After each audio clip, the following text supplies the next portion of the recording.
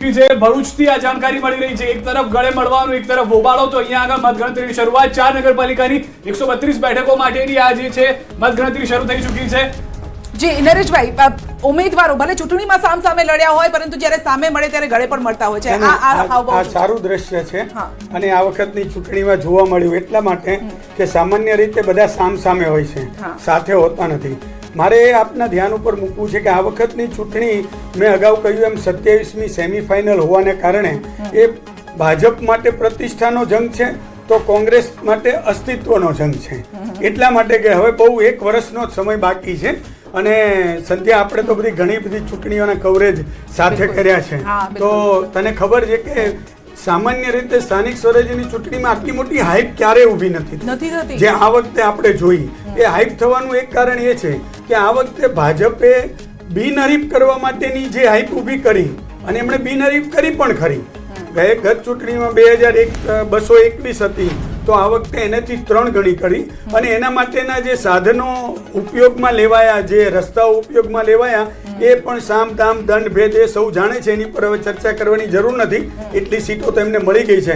પરંતુ આ દ્રશ્યો જોયા પછી મતદારના મનમાં કે મતદાર ભૂલાયો હતો, મતદાર ક્યાંય હતો જ નહીં। શરૂઆતમાં ઉમેદવારોની પસંદગી, કોણ કોને ક્યાં લઈ જાય, છેલ્લી ઘડીએ આપમાંથી કરપડા અહીંયા આવી જાય, કોંગ્રેસમાંથી ભાજપમાં આવી જાય, એ બધા દ્રશ્યો જોયામાં છેલ્લા 5 દિવસ જ ચૂંટણી પ્રચાર માટેના મળ્યા અને એ પ્રચારમાં પણ સ્થાનિક મુદ્દાઓ તો બહુ ભૂલાયા।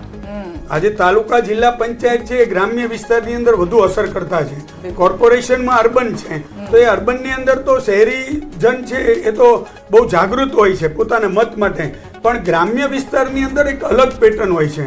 એક પ્રતિષ્ઠિત વ્યક્તિ ઊભો હોય, પોતાના જ્ઞાતિ મંડળમાંથી ઊભા હોય, કોઈ સંસ્થાનો આગેવાન હોય તો ત્યાં પક્ષ છે એ બાજુ પર જતો રહે। પણ મને એવું લાગી રહ્યું છે કે આ વખતે ભાજપે ગમે તેટલો પ્રયત્ન કર્યો હોય પણ ગયા વખતની ટેલીને ક્રોસ કરવી થોડી મુશ્કેલ બનશે। નરેશભાઈ, આપ જે કહી રહ્યા છો ને એ આગળના પણ જે વિશેષજ્ઞ હતા એ પણ એ જ કહેતા હતા કે ભલે આ ઓછું મતદાન થયું છે, બીજેપી જીતશે પરંતુ સીટો કોંગ્રેસની વધશે તેવું કહેવું છે। એટલે એના માટે કોંગ્રેસ માટેનો મતદારોનો પ્રેમ નથી, પણ ભાજપ સામેનો આક્રોશ છે, આખી વાત અલગ છે। એટલા માટે કે કોંગ્રેસ છે એ એટલી સંગઠિત નથી। ગણદેવી તાલુકાથી પંચાયતમાં ભાજપ આગળ ચાલી રહ્યું છે। મોટા સમાચાર, નવસારી મનપા વોર્ડમાં 13માં ભાજપ આગળ આવી ગયું છે। નવસારી વોર્ડથી આ સમાચાર મળી રહ્યા છે। ગણદેવી તાલુકામાં પણ પંચાયતમાં ભાજપ આગળ છે। શ્રી ગણેશ કોંગ્રેસે કર્યા હતા પેટા ચૂંટણીના, પરંતુ જે સ્થાનિક સ્વરાજની ચૂંટણીઓના આંકડાઓ હવે આવવાના શરૂ થઈ રહ્યા છે, જે રુઝાન અથવા તો જેને આપણે સામાન્ય ભાષામાં વલણ કહીએ છીએ, નવસારી નવી મનપા અને જ્યાં બીજેપી આગળ છે આ એક અલગ ગણિત જોવા મળશે। કલભાઈ, નવી મનપાઓ છે ત્યાં કઈ રીતે તમારું પ્રદર્શન? નવી મનપા હોય કે ગત વખતે જે યથાવત હતી એ મનપા હોય, દરેક જગ્યાએ ભારતીય જનતા પાર્ટી પ્રચંડ જનાદેશ મેળવવા જઈ રહી છે। ચાહે 15 મહાનગરપાલિકા હોય, 34 જિલ્લા પંચાયત હોય, 84 નગરપાલિકા હોય કે 260 તાલુકા પંચાયત હોય, અમને અમારી જીતનો વિશ્વાસ એટલા માટે છે કે છેલ્લા 30 વર્ષમાં આદરણીય પ્રધાનમંત્રી શ્રી નરેન્દ્રભાઈ મોદીના નેતૃત્વમાં વિકાસની રાજનીતિથી ગુજરાતની જનતાનો ભારતીય જનતા પાર્ટી પ્રત્યે એક અતૂટ વિશ્વાસ સંપાદિત થયો છે। આજે ગુજરાતની જનતાને વિવાદ અને અરાજકતા નહીં, વિકાસ અને શાંતિ જોઈએ છે અને ગુજરાતની જનતા સમજે છે કે ગુજરાતમાં વિકાસ અને શાંતિનો માહોલ એ ભારતીય જનતા પાર્ટીના શાસનમાં જ શક્ય હોય છે। એટલે અમને સંપૂર્ણ ભરોસો છે કે 2000 હવે જે ટેલી છે તેમાં પણ બદલાવ શરૂ થઈ ગયો છે। 735 બેઠકોના વલણ આવવા લાગ્યા છે। 720 પર હવે ભાજપ આગળ થઈ ગયું છે, કોંગ્રેસ હજી 12 પર, અન્ય 3 પર રોકાયેલું છે। પરંતુ મહાનગરપાલિકાથી મોટા સમાચાર ભાજપ માટે કે જ્યાં આગળ 44 બેઠકો પર આગળ જોવા મળી રહ્યું સંજય, 100નો સ્ટ્રાઇક રેટ અહીંયા યથાવત રાખ્યો છે। અમદાવાદથી શુભ સમાચાર છે કે 2 બેઠક પર ભાજપ અત્યારના આગળ થઈ ગયું છે અને જે મહાનગરપાલિકાઓ છે, રાજકોટની અંદર હજી નથી આવી રહ્યા આંકડા, પરંતુ વડોદરાની અંદર પણ ભાજપ 2 બેઠકો પર આગળ અથવા તો બિનહરીફ જતી તે યથાવત જોવા મળી રહી છે। સુરતમાં અત્યારે 0-0, જામનગરમાં 1 નો આંકડો છે, મનપાની ભાવનગરમાં અત્યારે 0-0 છે, સુરેન્દ્રનગરમાં 3। તો આ નવી મનપાઓમાં હવે શું થવાનું છે એ જોવાનું રહેશે, કારણ કે જે પહેલાની મનપા છે ત્યાં તો બીજેપી સારું પ્રદર્શન કરી જ રહી છે। નવી મનપાઓમાં કઈ રીતે વોટ આપ્યા હશે જનતાએ તેની પણ આપણે વાત કરીશું। આણંદમાં 12, અહીંયા કંઈક અલગ પ્રદર્શન જોવા મળે તો પણ નવાઈ નહીં। નડિયાદમાં 3, તો આ મનપાઓની વાત થઈ રહી છે ને નવસારીમાં પણ 3, તો અલગ અલગ હવે આંકડા તુરંત જ બદલાતા રહેશે, પરંતુ આ આંકડા અત્યારે બીજેપી તરફી, એટલે કહેવાય કે અહીંયાથી જાણે પુશ મારતા હોય ને આંકડા બીજેપી તરફી જતા હોય એવું અહીંયા લાગી રહ્યું છે। વાપીમાં પણ બીજેપી 1। તો આ તરફ પોરબંદરમાં 11 બેઠક પર 52 કુલ બેઠક છે। 11 બેઠક પર તો ભાજપ ઓલરેડી આગળ છે, બિનહરીફનો પણ ફાયદો મળી રહ્યો છે। આ દ્રશ્યો અંદરથી અમે આપણે બતાવી રહ્યા છીએ કે જ્યાં આગળ મત ગણતરી થઈ રહી છે. ઈવીએમ હજી ખુલતા કદાચ વાર લાગશે, કારણ કે બેલેટ પેપરની મતગણતરી સંધ્યા હજી ચાલી રહી છે. જે કર્મચારીઓ ચૂંટણીમાં રોકાયેલા હતા, પ્રધાનમંત્રીનો જે મત છે તે પણ આ બેલેટ પેપરની અંદર છે અને તેની શરૂઆત અત્યારે મતગણતરીની થઈ ગઈ છે. તાલુકા પંચાયતના પણ આંકડા બદલાવાની શરૂઆત થઈ ગયા છે. ભાજપ તરફી બિલકુલ, જોવા મળી રહ્યા છે. તો આ બીજેપી તરફી અત્યારે જુવાળ જોવા મળી રહ્યો છે, પરંતુ નરેશભાઈ ક્વિક આપનું એ રિએક્શન નવી મનપાઓને લઈને. નવા કોર્પોરેશન્સ છે એ બીજેપી માટે આશીર્વાદરૂપ રહેવાના છે. એટલા માટે કે ત્યાં વ્યવસ્થા જ્યારે ચેન્જ થતી હોય અને નવા ચહેરાઓને જ્યારે પાર્ટી મૂકતી હોય છે ત્યારે ત્યાં કંઈક નવું થશે, નવું થવાની શક્યતા છે. એટલે ઉત્સાહને કારણે ત્યાં ફાયદો થશે. પરંતુ જે જૂની મ્યુનિસિપલ કોર્પોરેશન્સ છે એમાં આ વખતે પેનલ તૂટવાની શક્યતાઓ ખૂબ જ રહે. પેનલ તૂટવાની, કારણ કે અહીંયા તો એવી આશા અપેક્ષાઓ હતી કે પેનલ આવી જોઈએ તો આખી પેનલ આવી જોઈએ. કલભાઈ, ચોક્કસથી ભારતીય જનતા પાર્ટી તમામ મહાનગરોમાં પ્રચંડ જનાદેશ સાથે જીતશે અને એ જનાદેશ એવો હશે કે જે 2015ના રેકોર્ડ પણ તોડશે. અમને વિશ્વાસ છે, કેમ કે અમે જનતાના કામ કર્યા છે અને જ્યારે કામ કર્યા હોય અને પંચાયતમાં કોંગ્રેસનું ખાતું ખુલતું હોય તેવું લાગી રહ્યું છે. પહેલી એક જે બેઠક છે તેમાં આગળ જોવા મળી રહ્યું છે કોંગ્રેસ 258 બેઠકો કે જે અત્યાર સુધી હતી, જેમાંથી 259 બેઠકોમાંથી 258 બેઠક ભાજપ પાસે બિનહરીફ હતી. પરંતુ જે પહેલું ખાતું અત્યારના શ્રી ગણેશ થયા છે તાલુકા પંચાયતના, તે કોંગ્રેસ તેમાં આગળ જોવા મળી રહ્યું છે. હજી તો શરૂઆત થઈ છે, વલણની આંકડા ઝડપથી બદલાશે, પરંતુ કોંગ્રેસ તાલુકા પંચાયતમાં મતગણતરીની જ્યારે શરૂઆત થઈ છે તેમાં ખાતું ખોલાવતું સંધ્યા જોવા મળી રહ્યું છે. બિલકુલ, નગરપાલિકામાં પણ અહીંયા એ જ પ્રકારની સ્થિતિ, કારણ કે જે સ્ટ્રાઇક રેટ બીજેપીનો 100 આપણને જોવા મળતો હતો, કોંગ્રેસ હવે કંઈક 3% સાથે આગળ વધી રહી છે નગરપાલિકામાં, અને જે રીતે તાલુકા પંચાયતમાં 0.4% સાથે આગળ વધી રહી છે કોંગ્રેસ. એટલે આગળ પાછળની રેસ તો ચાલુ રહેશે. મતગણતરીનું પ્રથમ પરિણામ જાહેર થઈ ચૂક્યું છે. પ્રથમ પરિણામ આવી ગયું છે મતગણતરીને લઈને. જે જાણકારી છે, બરવાળા તાલુકા પંચાયતની ચોકડી બેઠક ભાજપના ફાળે ગઈ છે. પહેલી બેઠક ભાજપના ફાળે ગઈ છે. ચિરાગભાઈ ગળિયાળ વિજયી થયા છે. ભાજપના ઉમેદવાર જે છે ચિરાગભાઈ, તે વિજયી થયા છે. મતગણતરીનું આ પ્રથમ પરિણામ જે છે તે હાલમાં જોવા મળી રહ્યું છે. જી, તો કેસરીઓ અહીંયા લહેરાઈ ગયો છે. બરવાડા તાલુકા પંચાયતની ચોકડી બેઠક ભાજપના ફાળે. પહેલું રિઝલ્ટ, ક્વિક રિએક્શન એક જ લાઈનમાં. ની સ્ક્રીન પર પણ સ્પષ્ટપણે દેખાઈ રહ્યું છે કે ચાહે તાલુકા પંચાયત હોય, જિલ્લા પંચાયત હોય, મહાનગરપાલિકા કે નગરપાલિકા હોય, ભારતીય જનતા પાર્ટી કોંગ્રેસથી ખૂબ આગળ છે. કોંગ્રેસ ક્યાં રેસમાં પણ નથી અને ગુજરાતની જનતાએ ફરી એક વખત કોંગ્રેસને પોતાનું સ્થાન બતાવ્યું છે અને કોંગ્રેસના ફેસ પર એક લપડાક મારી છે ઈવીએમમાં કમળનું બટન દબાવીને કે ગુજરાતની જનતા એ વિકાસ સાથે છે. કોંગ્રેસની પ્રતિક્રિયા જલ્દી.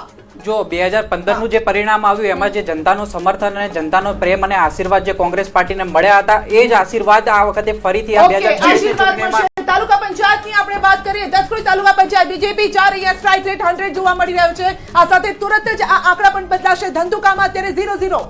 આ તરફ ધોળકામાં એક બેઠક પર ભાજપ જે છે તે આગળ આવી ગયું છે. 22 બેઠકો છે જેનો જંગ બાકી છે. વિરમગામની 4 બેઠક પર ભાજપ આગળ ચાલી રહ્યું છે. 20 બેઠકમાંથી બાવળાની અંદર પણ એક બેઠક પર ભાજપ આગળ ચાલી રહ્યું છે. 18 બેઠકમાંથી માંડલમાં સંધ્યા હજી સુધી જે આંકડાઓ છે તેની શરૂઆત નથી. ધોલેરામાં એક બેઠક પર ભાજપ આગળ ચાલી રહ્યું છે. બિલકુલ, આ સાથે કુકાવાવ વડિયાની વાત કરીએ તો 0-0 અત્યારે આંકડા સામે આવશે, બતાવીશું. ધારીમાં પણ અત્યારે 0-0 જોવા મળી રહ્યું છે. 16 બેઠક છે. મહાનગરપાલિકાના પણ અમે આંકડા આગળ બતાવીશું. અત્યારે આપણે વાત કરી રહ્યા છીએ તાલુકા પંચાયતની. અમદાવાદ મનપા જે અત્યારે 2 ની વાત કરતા હતા એ જ અત્યારે છે, એમાં થોડો ફેરબદલ જોવા મળશે. છોટાઉદેપુર જિલ્લામાં મતગણતરી શરૂ થઈ ચૂકી છે અને તેમાં બોડેલી નગરપાલિકાની 22 બેઠકો માટેની જે મતગણતરી છે ત્યાંથી સારા સમાચાર ભાજપ માટે કદાચ આવે તેવી શક્યતાઓ હાલમાં જે અપડેટ મળી રહી છે તે પ્રમાણે જોવા મળી રહ્યું છે. પરંતુ જિલ્લા પંચાયત કે જ્યાં આગળ હજી સુધી એ સ્પષ્ટ જોવા નથી મળી રહ્યું કે ક્યાં આગળ કોણ આગળ છે. નગરપાલિકાની અંદર જે છે તે હજી પણ બેઠકો જે છે તેમાં મતગણતરી ચાલી રહી છે. સ્પષ્ટ પરિણામ ફક્ત એક જ બેઠકનું અત્યાર સુધીમાં જોવા મળ્યું છે. બિલકુલ, તો પહેલું જે પરિણામ આવ્યું છે બીજેપી તરફી ગયું છે. ન્યૂઝ 18 ગુજરાતી પર સચોટ પરિણામ અને સૌથી ઝડપી પરિણામ આપણે જોવા મળી રહ્યા છે.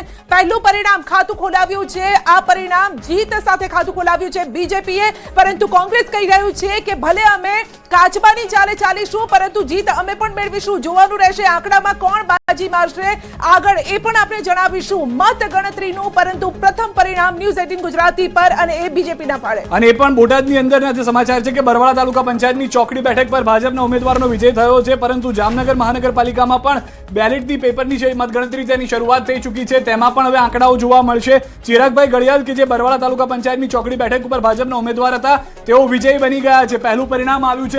આ તરફથી વધુ એક જાણકારી એ પણ મળી રહી છે કે જે બદલાવ જોવા મળી રહ્યા છે ઝડપથી તે તાલુકા પંચાયત અને જિલ્લા પંચાયતમાં જોવા મળી રહ્યા છે કે જ્યાં આગળ ભાજપ કેટલીક બેઠકો એવી છે કે જ્યાં બહુમત મેળવી ચૂકી છે અથવા બહુમતથી નજીક છે બિનહરીફ થઈને, ત્યાં આગળ જે પરિણામ આવી રહ્યા છે તો સીધી બેઠકો જે છે અથવા આખી જિલ્લા પંચાયત કે તાલુકા પંચાયતો જે છે વિસ્તારની તે જી, તો મહીસાગર નગરપાલિકા પેટા ચૂંટણી જ્યાં ભાજપ વિન થયું છે, રક્ષાબેન પરમારની અહીંયા જીત થઈ છે. પંચમહાલની વાત કરીએ તો પંચમહાલ જિલ્લામાં અલગ અલગ મતગણતરી કેન્દ્રો પર પોસ્ટલ બેલેટની મતગણતરી શરૂ થઈ છે. તો આ અપડેટ અત્યારે આવી રહ્યા છે આપણી પાસે. આ તરફ બરવાળાથી એ પણ જાણકારી છે કે બરવાળા તાલુકા પંચાયતની બેલા બેઠક પર ભાજપ ઉમેદવારનો વિજય થઈ ગયો છે. સંજયભાઈ નાંડોલિયા નામના ઉમેદવારનો વિજય થઈ ગયો છે. બરવાળા તાલુકા પંચાયતની બેલા બેઠકથી આ વધુ એક પરિણામ જે છે સંધ્યા એ સ્પષ્ટ થઈ ચૂક્યું છે. ભાજપ અહીંયા પણ જીત તરફ જોવા મળી રહ્યું છે. બિલકુલ, તો જીત તરફ જોવા મળી રહ્યું છે. પરંતુ એક સામાન્ય ગણિત અને જે આપણે પણ નરેશભાઈ જે ચૂંટણીઓ કવર કરી છે એના આધારે આપણે જોયું છે કે ગ્રામ્ય વિસ્તારમાં કોંગ્રેસ મજબૂત